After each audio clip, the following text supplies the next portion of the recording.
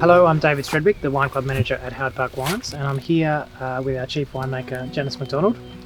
And we've come out to the vineyard. We're in the heart of the Leston Vineyard in Margaret River, and we're in a very special part of the vineyard. This is Block 29 Cabernet Sauvignon. So for us, it's the prize Cabernet block of our vineyard, and it's special because it provides fruit for two of our icon wines, the Abercrombie Cabernet Sauvignon and the ASW Cabernet Sauvignon Shiraz blend. So given that the fruit is only days away from being harvested, I thought it was a great opportunity to come out here with Janice and find out we'll get some insight into what this block's about. So Janice, obviously this is, in relative terms, a reasonably young vineyard block. It was planted in 2008.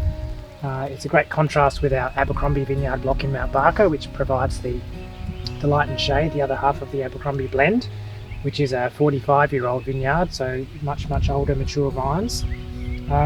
What is it to you that's special about this Block 29 being a relatively younger block that gives the Cabernet such sort of finesse and poise?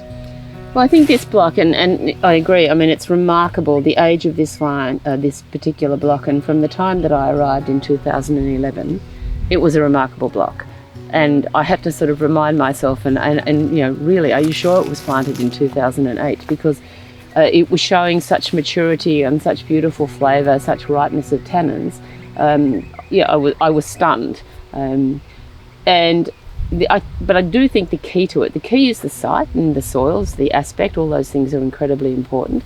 But the other very, very important part and what it shares with the Abercrombie vineyard is the clone of Cabernet.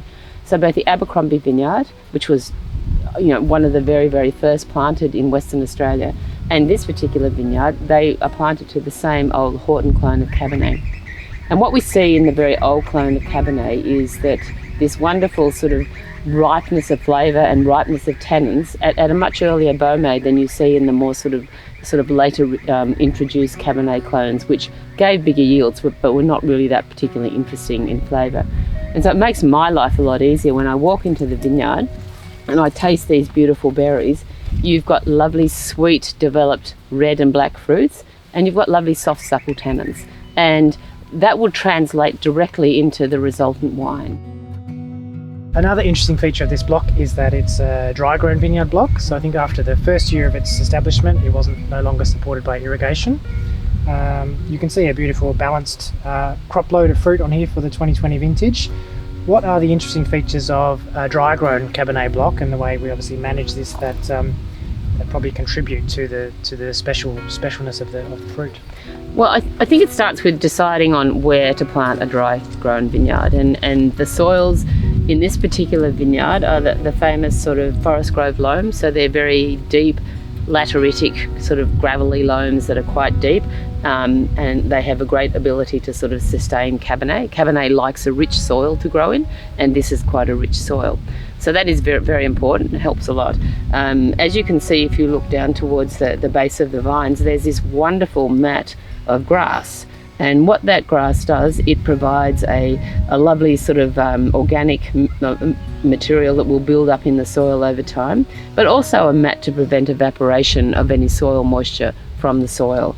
You'll also note that clearly there's no evidence of trying to sort of rid the undervine of this growth. So we're looking at things in a very organic way. We're not using any sort of herbicides.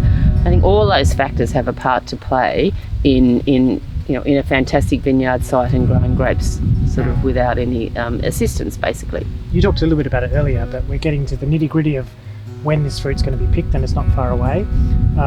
We think a lot about this block, and you apply a very sort of interesting methodology to picking the fruit. Can you tell us a little bit about, on harvest day, what's the particular approach you'll take to ensure you get the best fruit into our top wines? So the approach that we take is to do a very selective hand pick off this. So we go to the eastern side, which is the side that we're facing here, for the selection of the best bunches in this vineyard. We go to that side because that's the side which receives the morning, the softer sun, as opposed to the west side, which can get a little bit sort of tarnished, I guess, and burnt by that sort of warm sun in sort of the late summer. And then we also go to the shoots on the vines, which have the best, what we call sort of moderation in the way that they grow. So we want a nice sort of moderate internode length, which is this gap between one leaf and the next. And we want a nice lignification. So you can see that lovely sort of brown, sort of tan colour as opposed to a green colour. So that means that the vine is getting to that point in its season where it's sort of done its job. It's gone through its process. The grapes are getting to that point where they're ready to sort of, largely be released from the vine. So that's what we're looking for: moderate growth, good lignification, and a good shape of bunch. Not too big, not too small. Fantastic deep colour all through it. No shot berries, no green berries. That's the sort of bunch that we're looking for. So we select out a very small parcel, and that's the fruit that goes into both the Abercrombie and the ASW. I think it's great. We're seeing archetypal Margaret River Cabernet Sauvignon at the point where it's about to be turned into fantastic wine. So that's really exciting for all of us. Thanks very much, Janice. Thank you.